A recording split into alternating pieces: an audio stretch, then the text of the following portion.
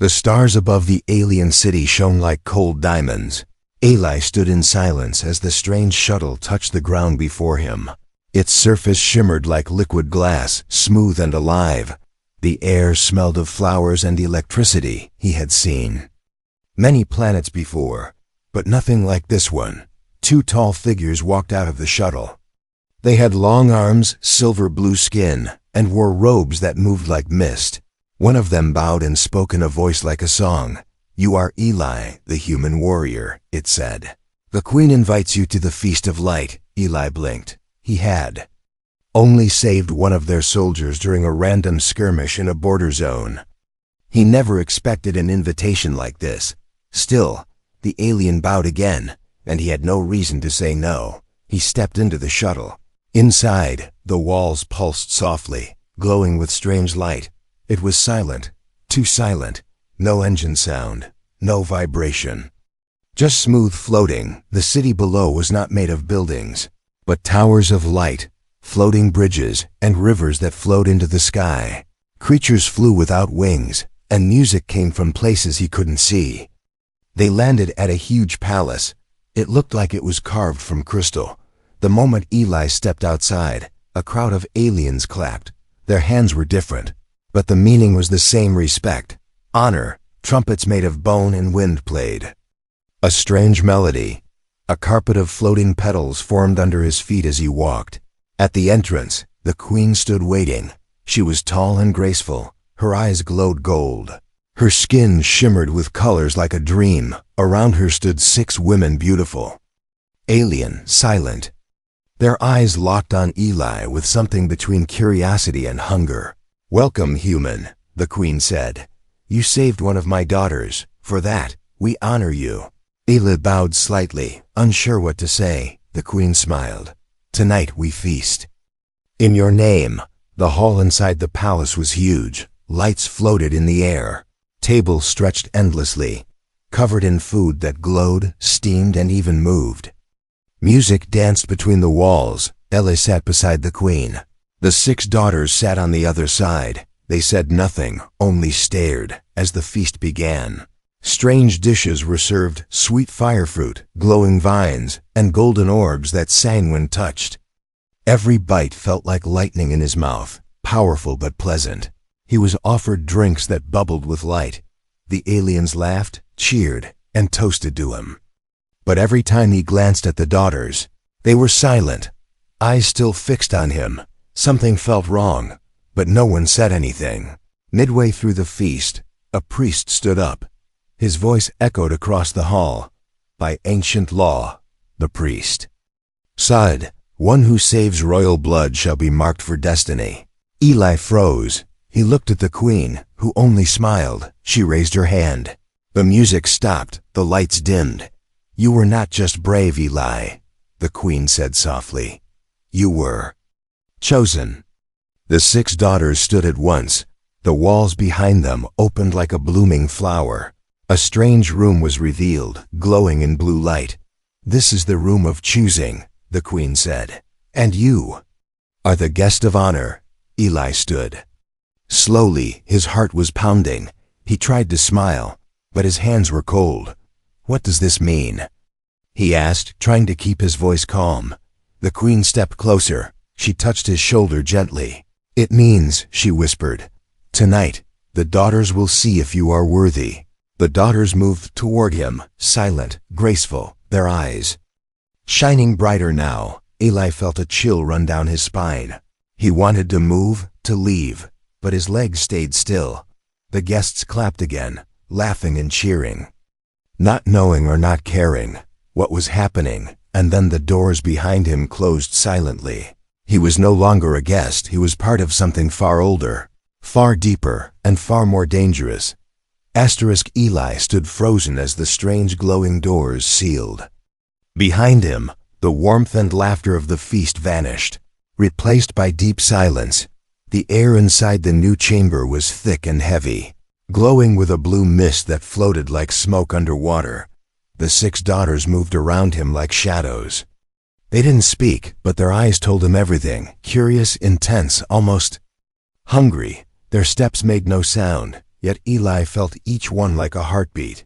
He tried to speak, but his throat was dry. His legs finally obeyed and took a small step backward. One of the daughters reached out and gently placed her hand on his chest. Her skin was cool, soft, and glowing faintly. A strange pulse passed from her palm into his body. He gasped, but couldn't pull away. "You are different," she whispered at last. Her voice echoed around him, though her lips barely moved. Another daughter leaned closer. Her eyes shimmered like stars. "Your body is weak," she said slowly, "but your mind burns like a sun." Ellie didn't know what they meant. Everything about this felt wrong. He wasn't here for this. He had saved someone, not signed up for some alien ritual. The daughters circled him again, now faster, closer. The glowing mist began to twist and rise. Symbols lit up on the walls, floating and spinning in the air. A deep voice spoke from above. It wasn't the queen, and it wasn't the daughters. It was something ancient. "The bond must be tested," it said. Suddenly, one of the daughters stepped forward. Her fingers glowed bright blue as she placed them on Eli's temples. His vision exploded. He saw stars falling, ships burning, alien voices screaming in a language he didn't understand. He saw himself floating, glowing, changing. He fell to his knees, breathing hard. "What is happening to me?" he asked, barely holding on to consciousness. "You are being seen," said another daughter, "and you are being judged." Then they all stopped, just like that. The room went silent again. The symbols vanished. The mist calmed. The daughters stood still, looking at each other as if they were thinking the same thing. "He is the one," said the tallest of them. "The seed of the ancient line." "He doesn't even know," another whispered. Eli pushed himself to his feet, shaking. "No." "What?" he demanded. "What am I?" None of them answered. Instead, the eldest turned and walked to a narrow doorway on the far side of the chamber. "If you want the truth," she said without looking back, "follow." Eli hesitated. Something deep inside him screamed to run, to escape this madness, but something else, a pull he couldn't explain, urged him forward. He followed her through the narrow hallway. The walls were alive, pulsing with soft light like a heartbeat. They entered a small round chamber filled with old carvings on the walls. "This is where it begins," she said. "This is where you understand what you were brought for." Eli looked at the carvings. At first, they were just symbols, but then, slowly, they changed before his eyes. They became pictures, then moving scenes, humans, standing beside the alien queens of old, fighting together in battles against something dark and monstrous. Eli watched as one human held hands with a queen, and from them, light spread across stars. "You think you came here by chance," she said softly, "but you were born with purpose." Eli felt dizzy. He didn't believe in fate, but the visions, the daughters, the queen, everything was pointing toward something bigger, something terrifying. The daughter walked up to him and placed her hand on his heart again. "You don't know who you are yet," she said, "but soon you will." Before Eli could speak, the wall behind him opened. A servant girl stood there, eyes wide with fear. She was not like the others, smaller, quieter, and dressed in plain robes. "You have to leave," she whispered quickly. "They're not telling you the full truth." The daughter stepped forward, but the servant vanished back into the hallway. Eli looked at the daughter, then at the passage, and in that moment, he realized there were secrets even the royal daughters didn't want him to know, and someone, maybe just one person, was trying to help him escape. He took a deep breath, turned, and ran into the shadows. Eli ran through the narrow passage, his boots echoing faintly against the glowing stone floor. The hallway twisted like a serpent, shifting colors and breathing like a living creature. Behind him, no one followed, yet he didn't feel alone. Servant girl had vanished into the shadows, but her whisper still rang in his ears. "They're not telling you the full truth." He turned a corner and almost collided with a wall that wasn't there a moment ago. The palace was alive, shifting, its shape as if trying to trap him.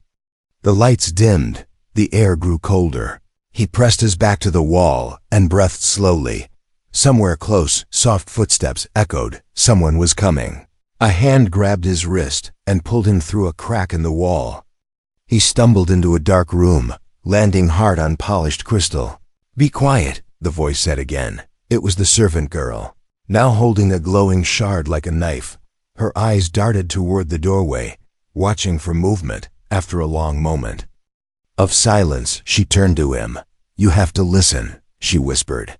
"You were not invited to honor the queen." Eli stared at her, his voice low. "Then why am I here?" She hesitated, as if afraid to say the words out loud. "You were chosen for the binding," she said. "A joining of bloodlines, their last chance to survive." Eli's chest tightened. "They want to breed with me?" The girl shook her head. Slowly, "It's more than that," she whispered. "Your DNA, your human spark, it's waking something ancient, something the queens buried long ago." Ellie sat back, confused and angry. "I saved a soldier, not a royal bloodline. I didn't ask for any of this." The girl looked down, guilt in her eyes. "They've been watching Earth for a long time. You weren't chosen by accident." Eli stood up, pacing the room. The palace had doors that moved, walls that watched, people who smiled with secrets in their eyes. He didn't trust the queen. And now he wasn't sure if he trusted the daughters either. "But why me?" he asked again. "Why not any other human?" The girl touched her chest lightly. "Because you carry something rare," she said. "Not just courage, but memory, ancient memory, locked inside your blood." Eli laughed once, bitterly. "I'm just a soldier." "Not anymore," she said softly, suddenly. The floor beneath them pulsed with red light. The palace had found them. The wall behind Eli vanished into mist, and standing there was one of the daughters, her eyes burning like twin moons. "You shouldn't be here," she said, her voice cold. The servant girl stepped in front of Eli, holding her glowing shard tightly. "He has a right to know," she said. "He deserves the truth." The daughter tilted her head, her expression unreadable. "There is no truth," she said. "Only survival." Floor split apart, and a glowing spiral staircase rose up from the center. "If he wishes to understand," the daughter said, "then let him see what lies below." Eli looked at the staircase, pulsing like a living heart. He could run, try to escape the palace now, or he could go deeper. He stepped onto the first stair. It was warm beneath his feet, like living skin. The daughter followed silently, the servant behind her. They descended together, deeper and deeper. The air changed. It smelled ancient, metallic, heavy with history. Finally, they entered a chamber unlike anything Eli had seen. The walls were made of bone and light.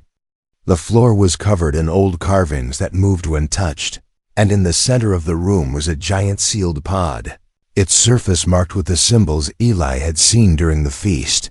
He walked closer, drawn to it. Inside the pod, barely visible, was a figure, human, but not. It shimmered with energy, floating, not alive but not dead either. "That," the daughter whispered, "is the first." "The first what?" Eli asked. "The first human ever bonded with our kind," she replied. "Long before your people knew we existed." Alili felt cold. "This was never about a thank you," he said quietly. "It was a plan." The daughter nodded. "You are not our guest," she said. "You are our only hope." And as the pod pulsed with light, Eli realized he couldn't go back. Not the same, not ever again.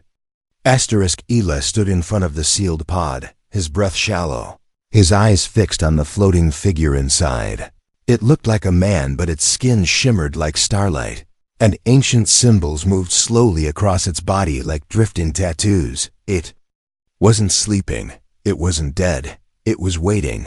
The daughter beside him spoke again, softer now. He was the last to carry the bond. "Before your world forgot us." Eli turned slowly toward her, confusion burning behind his eyes. "You said this was about survival, but this feels like something else." She walked past him, her bare feet silent on the bone floor. Her fingers reached out to touch one of the glowing carvings on the wall. It lit up and showed moving images, like living memories captured in stone. The story began humans and the Zarnakai, long ago, fighting side by side against a dark force from beyond. The stars, the humans were not the allies, they were the protectors. Their blood carried something no other species had: the spark. A gift, a weapon, a curse, no one knew what it really was, but it was powerful, and the Zarnaka queens, in desperation, had joined with a human, the first. Eli watched as the memory showed peace for a time, until something changed. The spark became unstable. The queen at that time sealed the first in a stasis pod, hiding the truth even from her own daughters. He took a slow step back. "You kept this secret for how long?" The daughter's voice dropped. "For 1,000 years, we thought the spark was gone, but then you arrived." The servant girl stood silently in the corner, her hands clenched tightly. "You need to understand," she said. "Not all the daughters agree with this. Some want to use you, some want to destroy you." Eli looked at her, alarmed. "Why would they want to destroy me?" The daughter answered with a bitter smile. "Because the spark is unpredictable. It doesn't obey the queens, it chooses its own path." Suddenly, the walls flickered red. A deep chime echoed through the chamber. "Danger. They know we're here," the servant girl whispered. "They're coming." The daughter turned to Eli, her eyes glowing brighter. "You have to leave this room now." "But what about the pod?" he asked. "What happens to the first?" "If you stay too long, you'll wake him," she said. "And none of us are ready for that." They ran together up the living staircase as the chamber sealed behind them. Red vines crawled along the walls, now security systems, ancient and angry. Eli's heart pounded as they reached a quiet corridor above. For a moment, everything was still again. But he knew now he wasn't just part of their future. He was the key to their past. He turned to the servant girl. "What's your name?" he asked. She hesitated, then said, "Yalara." "And you?" he asked the daughter. She answered without emotion, "Zara."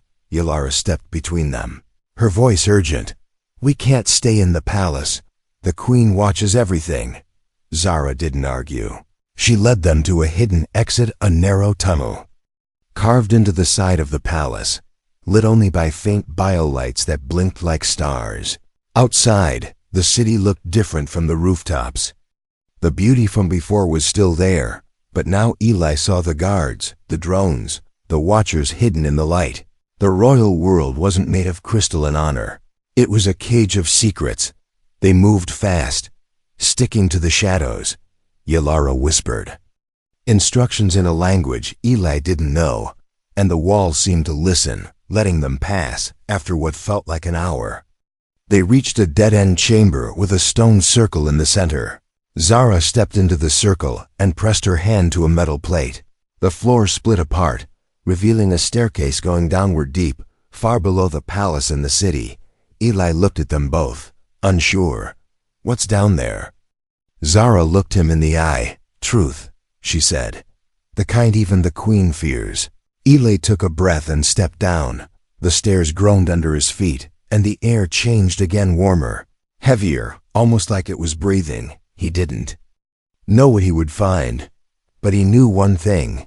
This was no longer about being chosen. This was about surviving the truth and deciding who he wanted to become.